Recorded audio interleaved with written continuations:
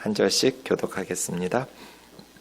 스바 여왕이 솔로몬의 명성을 듣고 와서 어려운 질문으로 솔로몬을 시험하고자 하여 예루살렘에 이르니 매우 많은 시종들을 거느리고 향품과 많은 금과 보석을 낙타에 실었더라. 그가 솔로몬에게 나와 자기 마음에 있는 것을 다 말하매 솔로몬이 그가 묻는 말에 다 대답하였으니 솔로몬이 몰라서 대답하지 못한 것이 없었더라.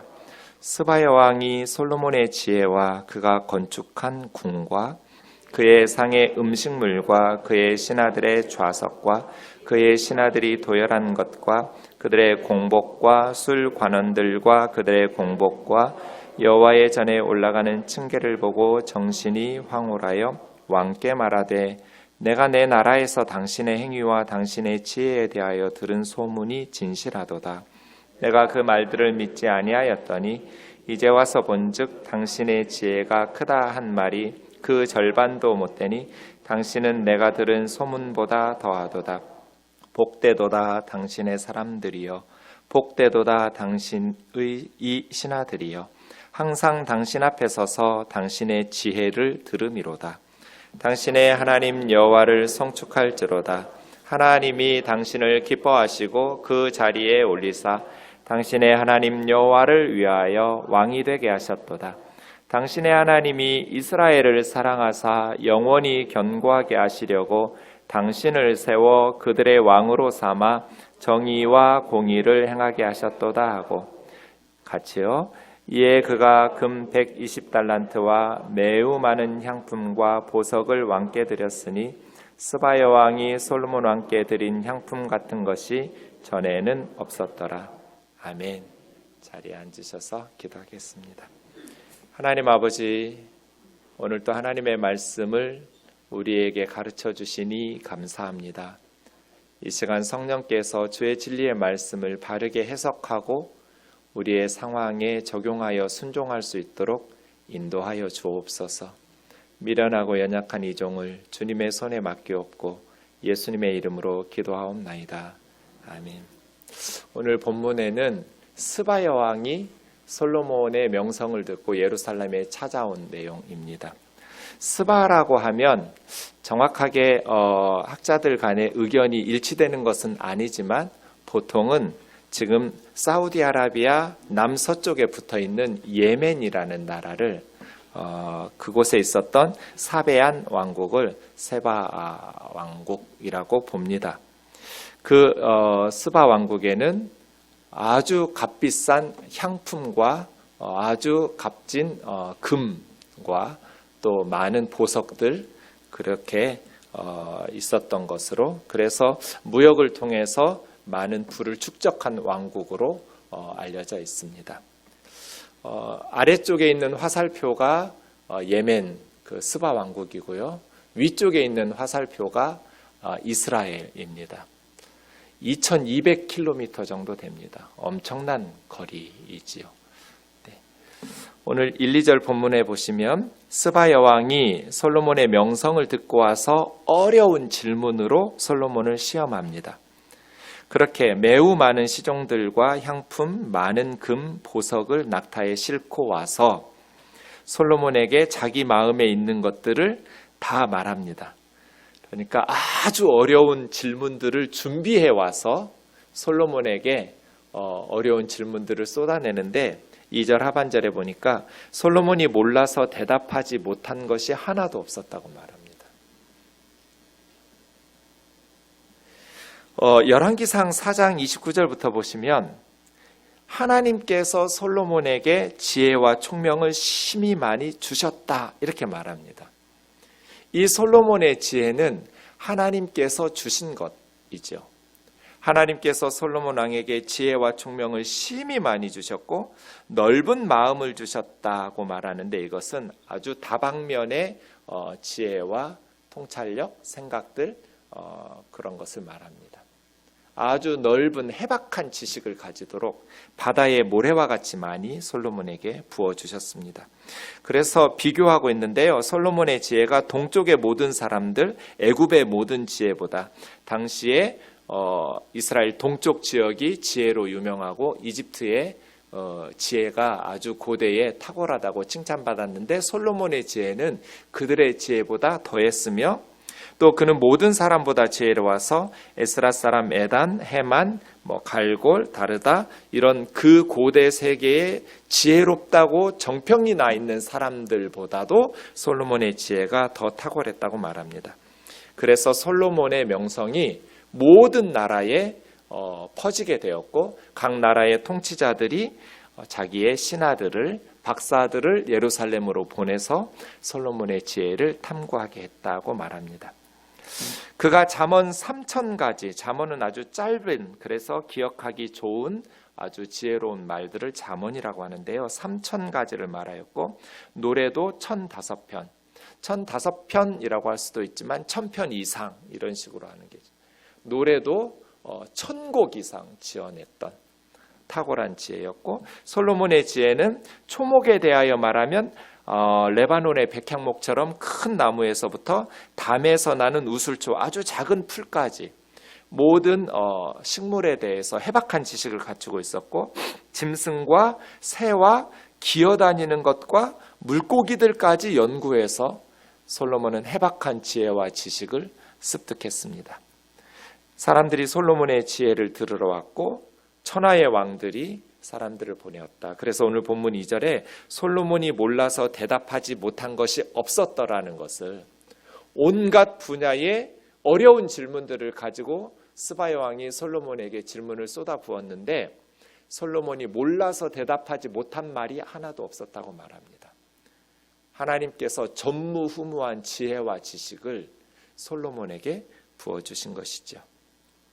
그나저나 다른 왕들은 자신의 신하들을 보낸 반면에 스바 여왕은 본인이 직접 많은 신하들을 이끌고 예루살렘까지 그 먼 길을 찾아왔다라는 것이 좀 인상적입니다.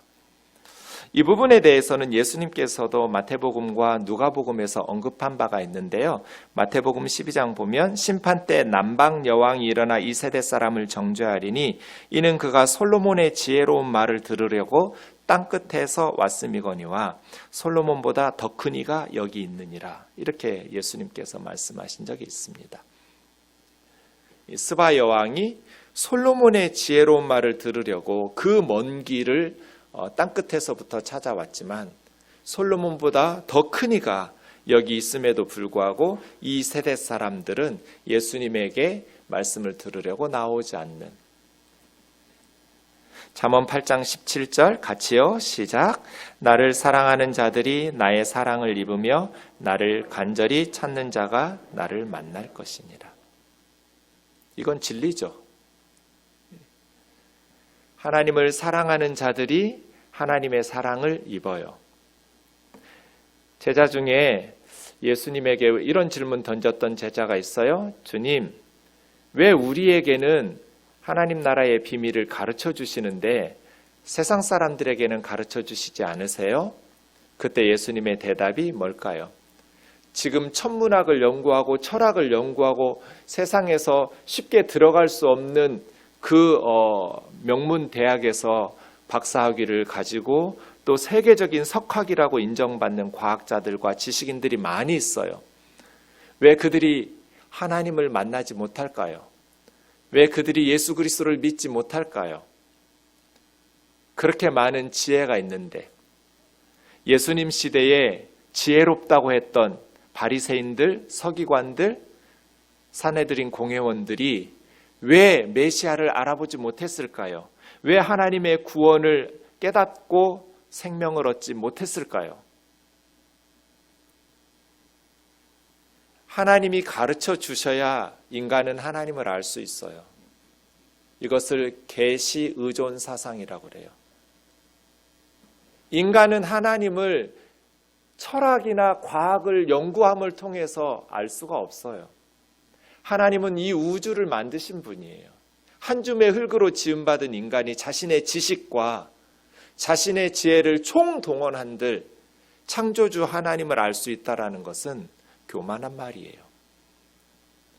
그런데 솔로몬보다 더 지혜로운 하나님의 아들이 이 땅에 오셔서 영원한 생명의 진리의 말씀을 전파하는데 사람들이 들으려고 하지를 않아요.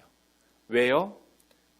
예수님 시대에 교만했던, 그러나 실은 어리석었던 율법학자들처럼 지금 현대인들도 자신들의 과학과 지식을 의지하고 자랑하면서 신은 없다고,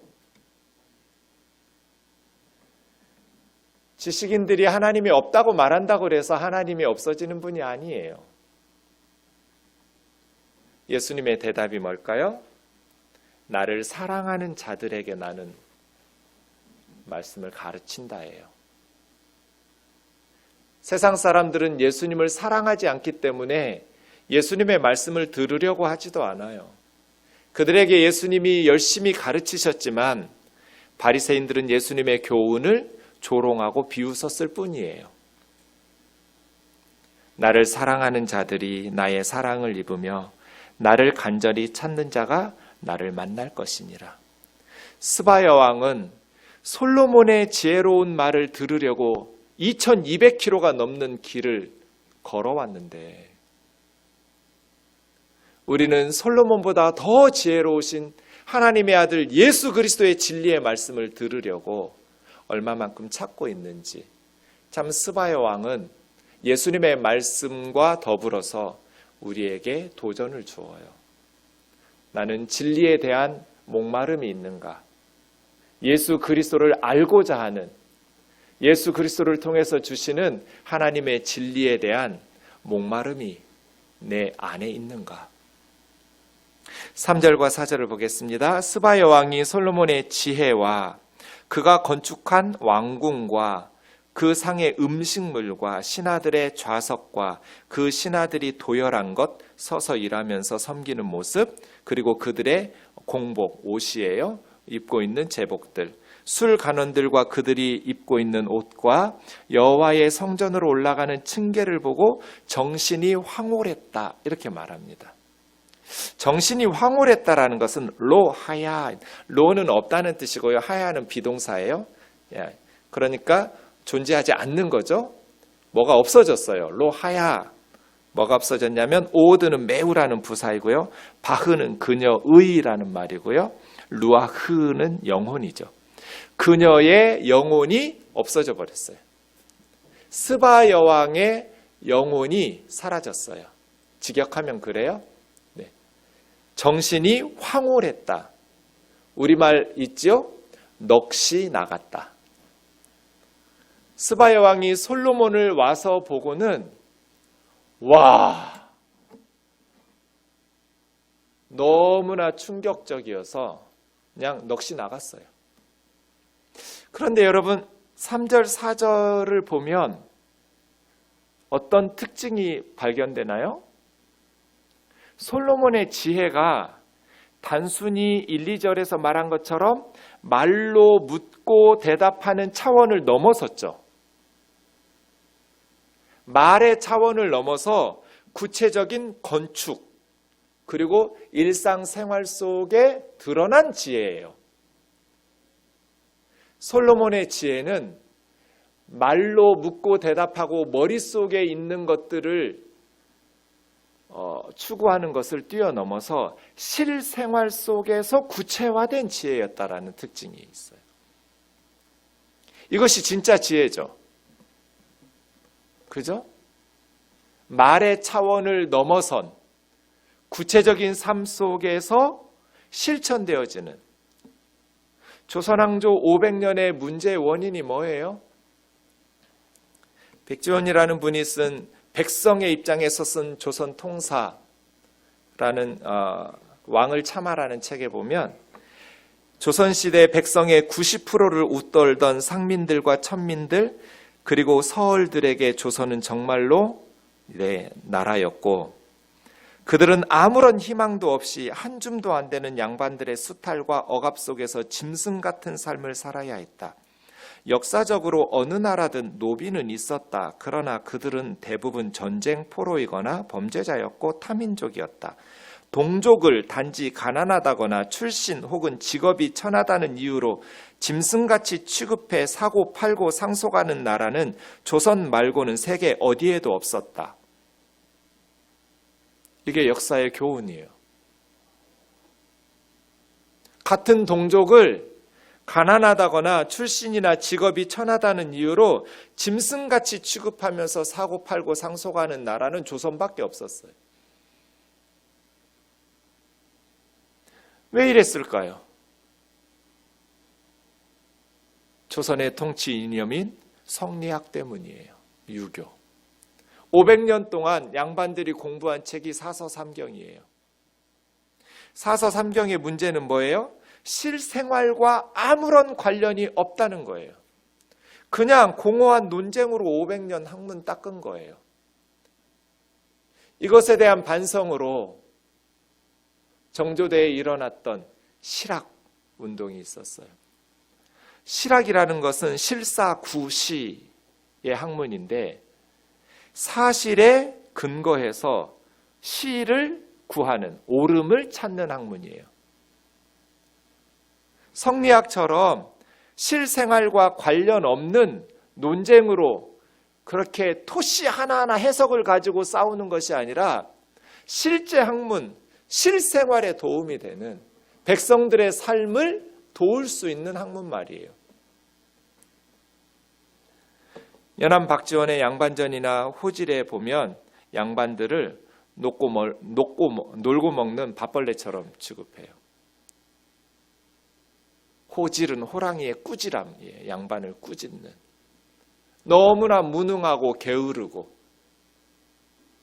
자기 가족을 돌볼 줄 모르고 양반이라는 명예를 붙잡고 살아가는. 그래서 박재과, 홍대용, 정약용, 이덕무, 유득공 같은 실학자들이 일어나서 백성들의 삶을 도울 수 있는 구체적인 학문을 추구하기 시작하는데 안타깝게도 1801년 정조가 승하하신 후에 그의 외아들 순조가 올라왔고 어린아이를 뒤에서 정순왕후가 섭정하면서 실학자들을 모두 제거해버려서 불행한 역사를 열기 시작하죠. 오늘날은 어떤가요? 솔로몬의 지혜는 단순히 실생활과 상관없는 말의 차원이 아니었어요.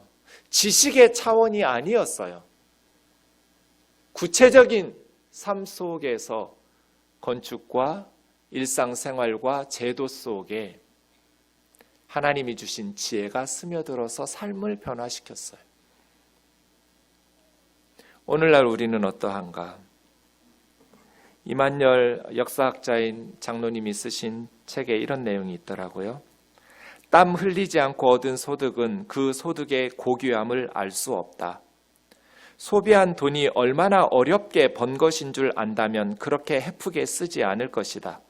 불로소득은 인내와 근검절약을 잃게 하고 낭비를 초래한다. 이러한 소비풍조는 인간성을 황폐하게 하고 가난하고 고통받는 이웃을 망각하게 하며 빈부격차를 가시화하여 더불어 사는 이상사회 건설을 저해하는 큰 요인이 된다.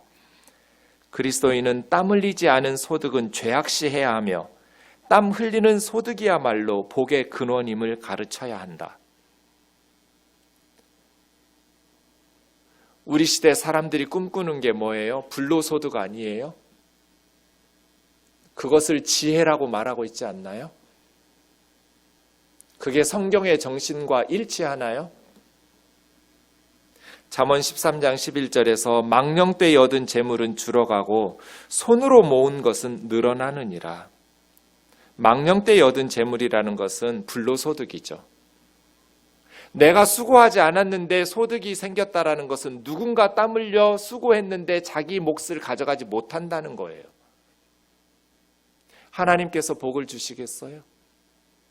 손으로 모은 재산, 땀 흘려 일하고 얻은 소득이 크든지 작든지 값진 인생이라고 하나님께서 복 주시고 기뻐하시는 삶이라고 가르쳐야 되는데 우리는 아이들에게 손으로 일하고 땀 흘려 일하는 것은 지혜롭지 못한 것처럼 어리석은 인생을 살아가는 것처럼 가르치고 있지는 않나요? 우리 시대의 지혜가 무엇인가요?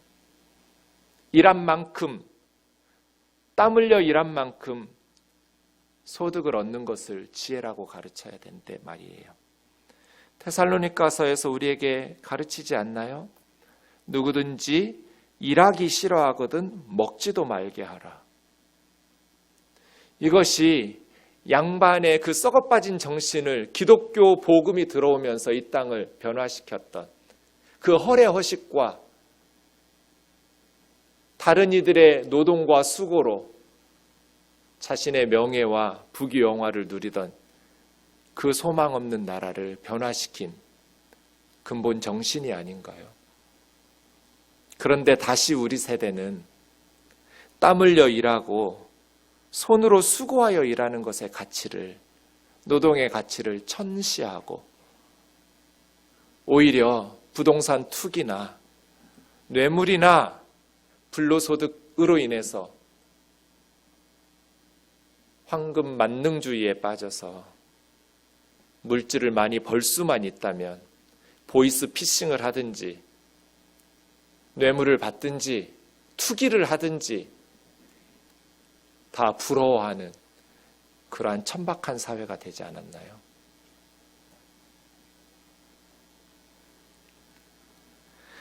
(5절부터) 보겠습니다. 왕께 말하되 내가 내 나라에서 당신의 행위와 당신의 지혜에 대하여 들은 소문이 진실하도다.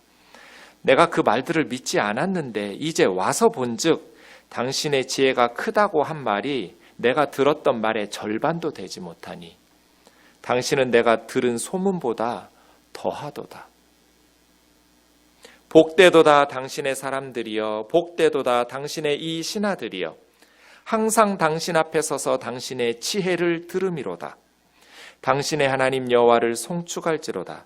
하나님이 당신을 기뻐하시고 그 자리에 올리사 당신의 하나님 여호와를 위하여 왕이 되게 하셨도다.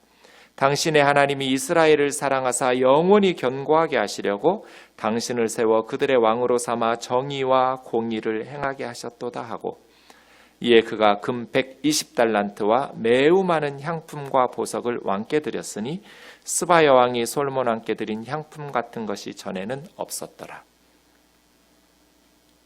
금 120달란트, 금 1달란트가 34kg이 좀 넘습니다. 어지간한 아이들 몸무게예요. 34kg. 근데 120달란트예요. 몇 톤을 가지고 온 거예요? 그 먼 곳에서. 엄청나게 많은 금. 그런데 스바의 금은 세계 최고의 품질의 금이에요. 많은 향품과 보석을 솔로몬에게 드렸어요. 이런 선물을 전에 받아본 적이 없다. 말씀 묵상하면서 가만 보니 스바야 왕이 가지고 온 선물이 두 가지였어요. 9절의 선물이 있고 8절의 선물이 하나 더 숨겨져 있었어요.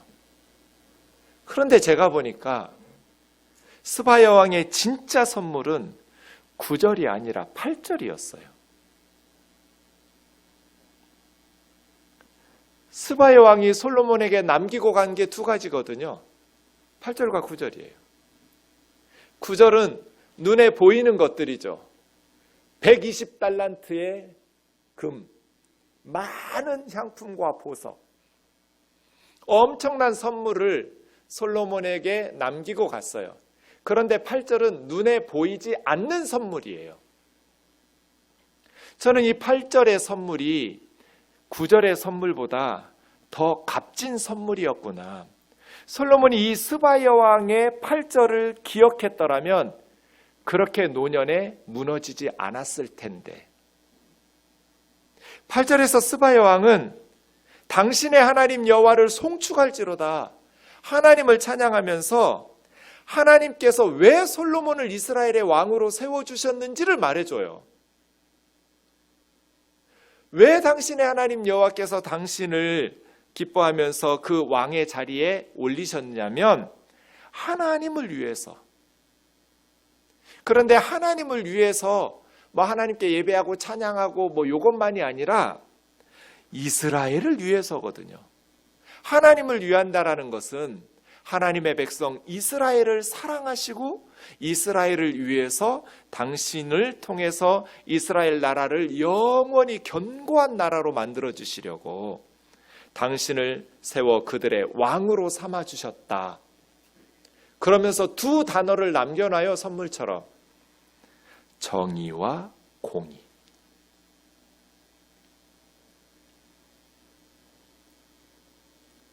스바야 왕은 하나님을 송축하면서 솔로몬에게 왜 하나님께서 그를 이스라엘의 왕으로 세워주셨는지를 설명해요. 놀랬어요. 그냥 루하흐가 나갔어요. 영혼이 나가버려 넋을 잃었어요. 황홀했어요. 그런데 그 모습을 보면서 고수는 고수를 알아보잖아요.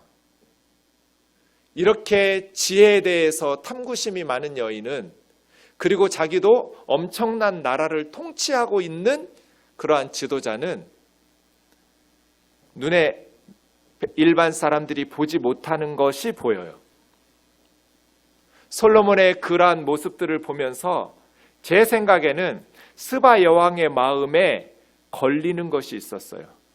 마음에 염려되는 점. 정의와 공의가 없다.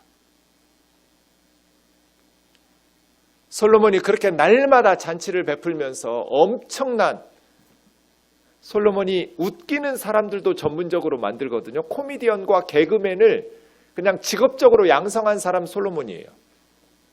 노래하는 가수들, 전문인들을 만들어 놓고 잔치를 위해서, 자기 잔치를 위해서 양성했던 사람이에요.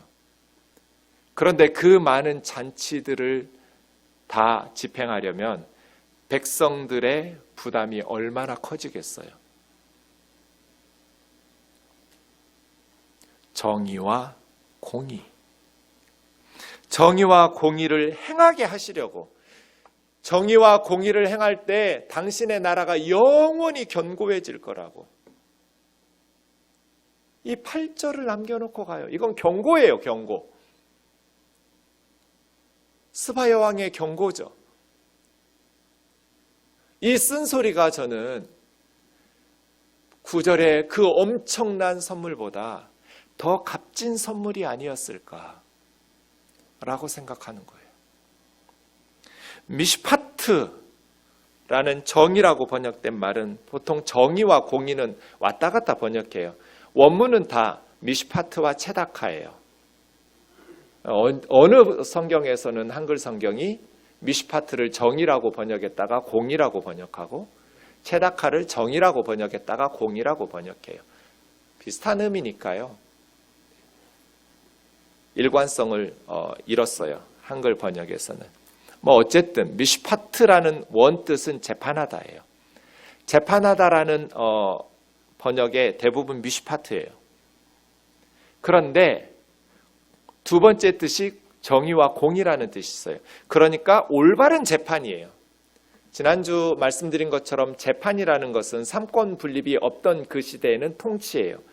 그러니까 단순히 사법부의 이야기만이 아니라 모든 통치 행위가 공의롭고 반듯할 때 미시파트라고 해요. 정의라고 번역하는. 체다카도 마찬가지예요. 체다카를 정의라고 하기도 하고 공의라고 말하기도 하는데 이 체다카도 올바른 거예요.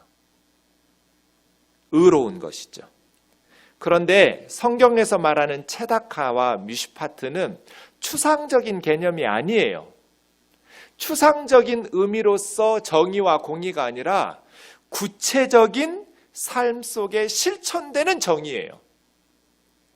이 하나님의 올바른 판단력과 올바른 정의의 개념은 구체적인 상황 속에서 실천되어지는 것, 옳은 것을 옳다고 판결을 내리고 잘못된 것을 잘못되었다라고 판결을 내리는 것을 미시파트라고 해요. 그리고 체다카는 구체적인 삶 속에서 실천하는 정의와 공의예요. 상황에 따라 좀 달라요. 예수님의 비유로 예를 들자면 선한 사마리아인의 비유에서 강도 만나서 죽어가는 사람이 있었어요. 제사장이 봤어요. 그냥 외면하고 피하여 지나갔어요. 레위인이 죽어가는 사람 보았어요. 외면하고 피하여 지나갔어요. 이 사람들이 공의롭고 정의로웠을까요? 강도짓 한 거 아니에요. 도둑질 하지도 않았어요. 침을 뱉거나 욕을 하지도 않았어요. 그냥 못 본 척하고 외면하고 지나갔을 뿐이에요. 그러나 그건 불의한 거예요. 체다카와 미슈파트는 구체적인 상황 속에서 실천되어지는 정의예요. 올바른 거지. 선한 사마리아인이 체다카를 실천한 거예요. 우리 마을에 굶주리는 가난한 사람들이 같이 어울려 살아요. 어느 마을이나 그런 사람들이 있겠죠. 내가 열심히 1년 동안 수고해서 추수해서 농사를 거두었어요. 오늘같이 추수감사주일이 되었어요. 그런데 가난한 사람은 논밭이 전답이 없으니까 그런 추수의 기쁨을 누리지 못하겠죠. 그럴 때 내가 일해서 땀 흘려 일한 것들을 내 가족만 먹는 건 체다카가 아니에요. 우리 마을에 굶주려서 죽음의 위기에 처한 사람들에게 나누는 것. 그래서 밭 모퉁이까지 다 거두지 못하도록 율법에 기록되어 있어요. 내 밭이고 내 논이고 내가 땀 흘려 수고한 곡식이지만 가난한 자들을 위해서 모퉁이는 남겨두어라. 이삭 줍기를 못하도록 금지했어요. 떨어진 이삭은 그 마을의 가난한 사람들을 위해서 남겨두어라. 포도밭이나 어떤 과일 과수원에 모든 과일을 다 따듣지 못하도록 금지시켰어요. 10분의 1은 남겨둬라, 20분의 1은 남겨둬라 그렇게 수치로 말한 구절은 한 구절도 없어요.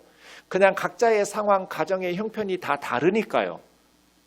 형편이 좀 여유 있으면 그 모퉁이가 넓어지겠죠. 남겨놓는 과일들의 숫자가 많아지겠죠. 그러나 자기 가정의 형편이 넉넉하지 못하면 그 남겨놓는 모퉁이는 작아지겠죠. 여러분 그런 걸 체다카라고 그래요. 그래서 미슈파트와 체다카의 근본적인 개념은 어떤 행위를 했냐 안 했냐 이것보다는 좋은 관계, 바른 관계예요. 그냥 자기 힘으로 살 수 있는 사람에게는 악을 가하지만 않으면 체다카예요. 각자 자기 힘으로 살면 되니까요. 그러나 나는 부유한데 남는 재산들이 많이 있는데 죽어가는 사람들을 보고도 내 재물로 그 사람을 살려내지 않으면 강도짓 안 했더라도 그것은 의롭지 못한 거예요. 이런 걸 체다카라고 해요. 스바야 왕이 솔로몬에게 이야기한 것이 미슈파트와 체다카예요. 저는 이 선물이 구절의 선물보다 훨씬 더 값진 선물 아닐까. 여러분 리더에게 가장 중요한 덕목이 뭐예요? 미슈파트와 체다카예요. 리더에게 가장 중요한 덕목은 미슈파트와 체다카, 정의와 공의예요. 그런데 시편이 150개가 있는데요. 그 중에 표제어 중에 솔로몬의 시라고 한 시편이 딱 하나 있어요. 몇 편인지 아세요? 150개의 시편 중에 모세가 쓴 시편이라고 설명 붙은 게 하나 있어요. 몇 편이에요? 90편이에요. 솔로몬이 쓴 시라는 설명이 붙은 시가 딱 하나 있어요. 몇 편이에요? 72편이에요. 시편 72편 좀 보겠습니다. 하나님이여 주의 판단력을 왕에게 주시고 주의 공의를 왕의 아들에게 주소서. 여기서 판단력이라고 말한 게 미슈파트예요. 주님의 미슈파트를 왕에게, 주님의 체다카를 왕의 아들도 왕이죠. 왕에게. 통치자에게 가장 중요한 덕목이 미슈파트와 체다카라는 것을 시편 72편을 보면 솔로몬은 알고 있었어요. 스바 여왕이 남겨놓았던 그 두 단어 미슈파트와 체다카가 당신의 나라를 영원히 견고하게 할 거라고. 그래서 통치자에게 가장 중요한 덕목은 미시파트와 체다카라고 솔로몬 노래예요. 그럼 미시파트와 체다카가 무엇인가? 그가 주의 백성을 체다카, 공의로 재판하며 주의 가난한 자들을 미시파트로 재판하리니 공의로 말미암아 산들이 백성에게 평강을 주며 작은 산들도 그리하리로다. 산과 언덕들이 모든 땅의 영토가 온 땅의 백성들에게 평화를 줘요. 통치자가 정의와 공의로 통치하면 그 땅의 모든 백성은 샬롬을 누려요. 평화를 누리면서 살아가요.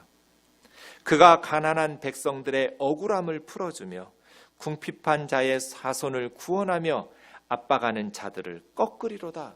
이게 통치자의 공의와 정의예요. 하나님의 대리자로서 왕은 사회적 약자들을 보호해야 될 책임이 있어요. 힘 있는 사람들은 자신의 권세와 인맥을 동원할 수 있지만 가난한 백성들과 궁핍한 자손들은 누가 보호해 주어요? 그래서 왕이 그들의 보호자가 되어줘야 된다는 거예요. 물론 왕은 무조건 가난하고 힘없는 백성들 편 들면 안 돼요. 레위기 19장 15절에 보면 너희는 재판할 때 불의를 행하지 말며 가난한 자 편을 들지 말며 세력 있는 자라고 두둔하지 말며 공의로 사람을 재판하라. 가난하다고 해서 편 들어주지도 말고 세력 있는 자다고 해서 두둔하지도 마라. 이게 공의예요. 공의로운 왕이 사회적 불의한 자들을 꺾어야겠죠. 네. 통치자에게 가장 필요한 덕목, 공의와 정의예요. 5절, 그들이 해가 있을 동안에도 주를 두려워하며 달이 있을 동안에도 대대로 그리하리로다. 여기서 그들은 압박하는 4절에 나온 악한 사람들이에요. 왕이 공의롭게 나라를 다스리면 악을 행하는 사람들은 해가 있을 동안에 달이 있을 동안에 하나님을 두려워하게 돼요. 그 의로운 왕은 벤 풀 위에 내리는 비와 같고 땅을 적시는 소낙비와 추수가 끝나고 나면 비가 내려야 다음 농사를 지을 수 있어요. 의로운 왕은 백성들에게 단비와 같은 존재예요. 의로운 리더는 백성들에게는 단비와 같은 존재라서 백성들이 풍성한 열매를 맺게 돼요. 그의 날에 의인은 흥왕하며 평강의 풍성함이 달이 닿을 때까지 이르르. 저 하늘의 달이 닳아서 없어질 때까지 영원이에요. 지구가 존재하는 한 영원히 의인이 흥왕하면서 샬롬의 축복을 누릴 것이다. 의로운 왕은 마른 땅의 단비와 같아서 백성들이, 악인들은 쇠잔하고 무너져 내리고 두려움 속에 공포 속에 떨면서 감히 힘없는 사람들을 착취할 엄두를 내지 못하고, 의인들은 흥왕하게 풍성한 열매를 달이 닿을 때까지 시간적으로, 공간적으로는 바다에서 바다까지, 강에서 땅끝까지, 광야에 사는 이 베두인들이 계속해서 이스라엘을 약탈했거든요. 그들이 왕 앞에 굽히고 원수들이 티끌을 핥을 것이며 전쟁에서 패배하면 땅바닥을 기어야 돼요. 다시스, 요나 선지자가 도망가려고 했던 스페인의 항구 도시, 동쪽으로는 다시스와 섬들의 왕들까지, 이 섬들은 지중해고요. 스바, 오늘 본문의 스바 여왕의 그 서쪽으로는 스바와 시바, 여기는 이디오피나 이집트 같아요. 예물을 들고 올 것이다. 모든 왕이 그 의로운 왕 앞에 부복하여 모든 민족이 다 그를 섬기리로다.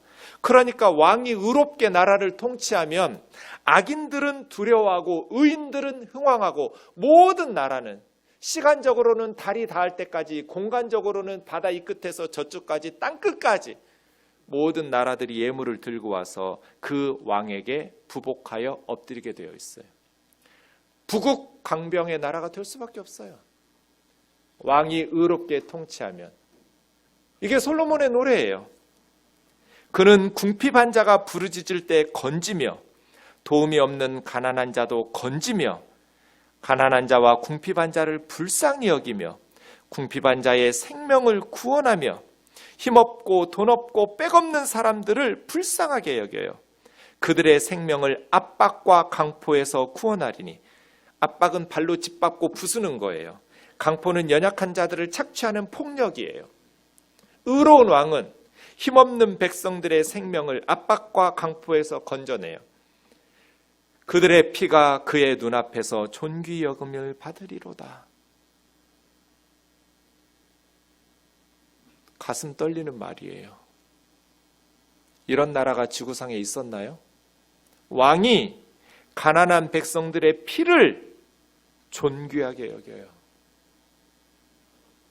힘없는 백성들의 희생을 소중하게 여겨요. 그래서 힘없고 가난한 사람들의 생명을 가볍게 여기지 않아요. 리더는 백성들의 희생과 생명을 귀중하게 여겨야 돼요.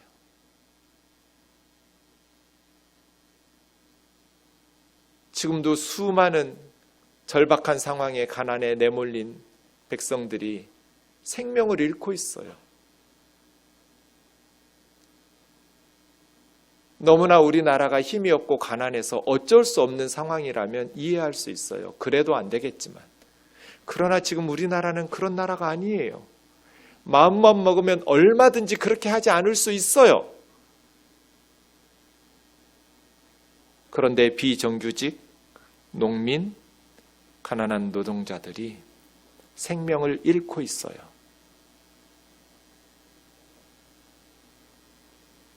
그들의 생명을, 그들의 피를 존귀하게 여긴다면 이런 상황이 계속 유지될 수가 없어요. 그들이 생존하여 스바의 금을 그에게 드리며, 스바의 금, 오늘 스바 여왕이 들고 왔던 그 금이에요. 당시 최고급의 보석이. 사람들이 그를 위하여 항상 기도하고 종일 찬송하리로다. 그 의로운 왕을 사람들이 그를 위해서 기도해주고 그를 높이면서 찬송해줘요. 백성의 지지를 얻는 거죠. 통치자가. 의로우니까. 산 꼭대기 땅에서도 곡식이 풍성하고 그것의 열매가 레바논같이 흔들리며, 산 꼭대기 땅은 농사짓기 힘든 곳이에요. 그것도 옥토로 만들어서 곡식이 풍성하고, 성에 있는 자가 땅에 풀같이 왕성하리로다. 들판에 풀들이 얼마나 잘 자라나요. 백성들이 풀이 번성하듯이 흥왕하게 번성할 것이다. 그의 이름이 영구하여 그 이름이 해와 같이 장구하리로다. 그 의로운 왕의 이름은 후대에 위대하게 계속해서 칭송을 받게 되는, 사람들이 그로 말미암아 복을 받으리니 모든 민족이 다 그를 복되도다. 다른 나라 사람들이 다 그 나라를 부러워하면서 복된 나라라고 칭송을 해요. 마지막 18절과 19절, 20절은 송령인데요. 이 송령은 72편의 송령이 아니라 2권, 42편부터 72편까지가 두 번째 권이거든요. 시편은 5권으로 구성되어 있어요. 그 모든 2권 전체의 송령이라고 볼 수 있어요. 홀로 기이한 일들을 행하신 여호와 하나님 곧 이스라엘의 하나님을 찬송하며 영화로운 이름을 영원히 찬송할지로다. 온 땅에 그 영광이 충만할지어다. 백성들이 아멘 아멘. 이 세 아들 다윗의 기도가 끝나니라. 이 18절부터 20절까지는 시편 편집자의 각주 같은 것으로 붙여놓은 송령이라고 할 수 있어요. 그러니까 솔로몬의 시편은 17절까지. 이런 시를 솔로몬이 노래했어요. 문제는 뭐예요? 그렇게 실천하며 살지를 않았다는 거예요.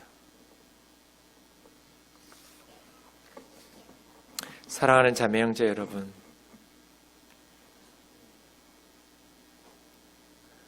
추수감사주의를 맞이해서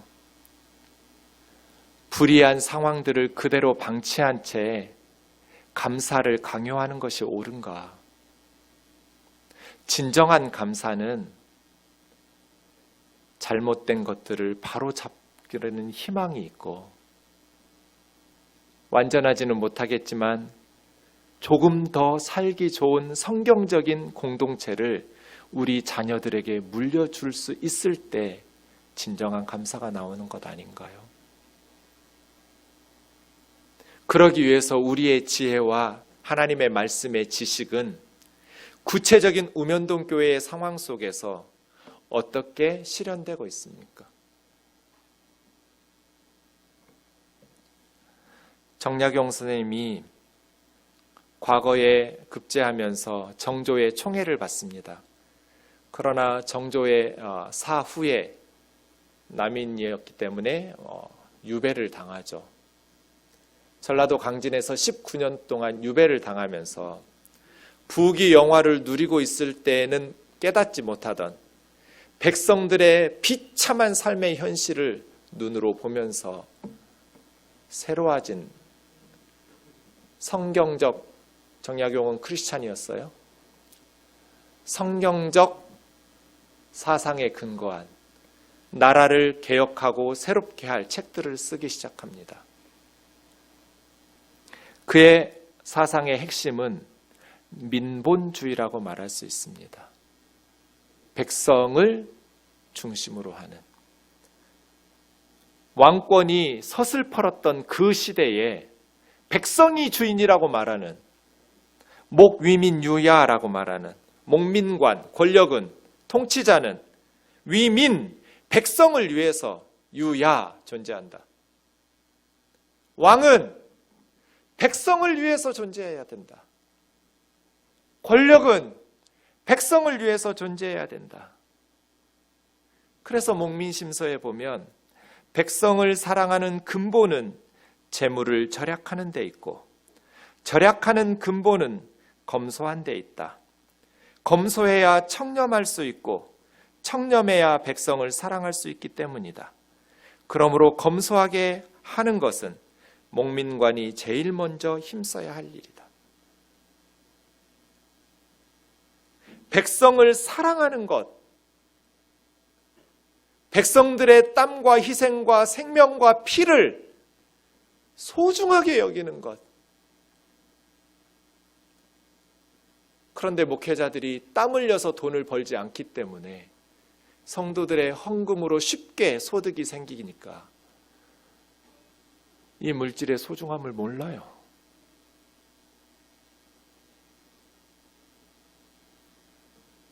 지도자들이 불로소득으로 자신이 땀 흘린 것보다 더 많은 것들을 누리니까 백성들의 삶이 얼마나 고달픈지를 몰라요.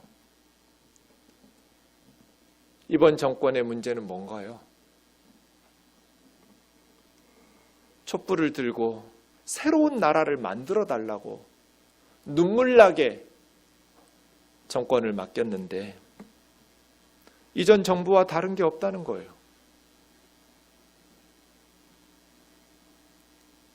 그래서 이번 정부에서 가장 많이 듣는 말이 내로남불이에요. 너희들 왜 말이 달라져? 남들이 하면 불륜이고 너희들이 하면 로맨스야?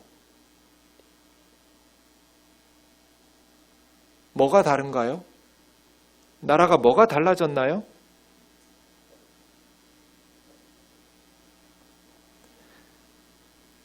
백성들의 피를 소중히 여겨야죠. 백성들의 죽음을 가슴을 찢으면서 아파해야죠. 그래서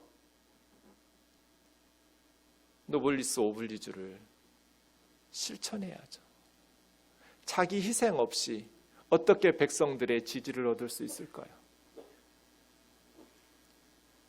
중국의 마오쩌둥이 많은 비난받을 것들도 있겠지만 중국 인민들의 존경을 받는 이유가 뭐예요? 한국에서 전쟁이 일어났고 중국의 군대가 한국에 투입되었어요. 그때 자기 아들 마오 안닝을 출전시켰어요. 전쟁에 참전시켰어요. 안전한 곳에 두자라는 팽덕회의 말을 거절했어요. 그리고 결국 마오쩌둥의 모태똥의 아들은 미군의 폭격기에 의해서 전사했어요. 며느리가 시아버지에게 부탁했어요. 아버지, 우리 남편 시신이라도 가져다 달라고. 마오쩌둥이 거부했어요. 수십만의 전사자들의 시신을 다 가져오면 내 아들의 시체도 가져오라고. 그래서 지금도 마오쩌둥의 아들의 무덤은 평남 양덕군에 있어요. 북한에 있어요. 지도자들이 먼저 희생하고 공동체를 위해서 헌신할 때 고구려도 있었고 백제도 있었어요. 근데 왜 신라에 의해서 통일되었을까요? 신라의 리더들이 김유신을 필두로 해서 자기 아들들을 전쟁터에 내보내요. 자기 자식들을 먼저 희생시켜요. 그러니 백성들이 똘똘 뭉치죠. 내 자식은 군대도 안 보내고, 내 자식은 아버지, 어머니의 후광을 입어서 엄마 찬스, 아빠 찬스 다 사용하게 하면서 어떻게 국민들의 지지를 받고 정의와 공의를 말하면서 다음 세대의 희망을 이야기할 수 있을까요? 지난달에 세 번째로 장로 대통령께서 투옥되셨어요. 한국 교회는 장로 대통령을 청와대에 보내야 된다고 기도하고 설교하고 홍보했어요. 그리고 자기 교회 권사, 장로, 집사들을 요직에 앉혔어요. 그 대통령은 불로소득, 뇌물을 받고 대법원의 확정 판결을 받아 재수감되었어요. 이것이 부끄러운 우리의 민낯 아닌가요? 한국 교회는 이 죄로부터 자유로울 수 있나요? 어떤 삶을 살아야 될까요? 역대하 말씀을 묵상하면서 나는 하나님께서 기뻐하시는 값진 삶을 살고자 하는 열망이 가득한가? 아니면 세상 사람들과 똑같이 땀은 적게 흘리고 소득은 많이 벌려는 썩어빠진 정신을 지혜로운 삶인 것처럼 부러워하는 삶을 추구하고 있지는 않은가?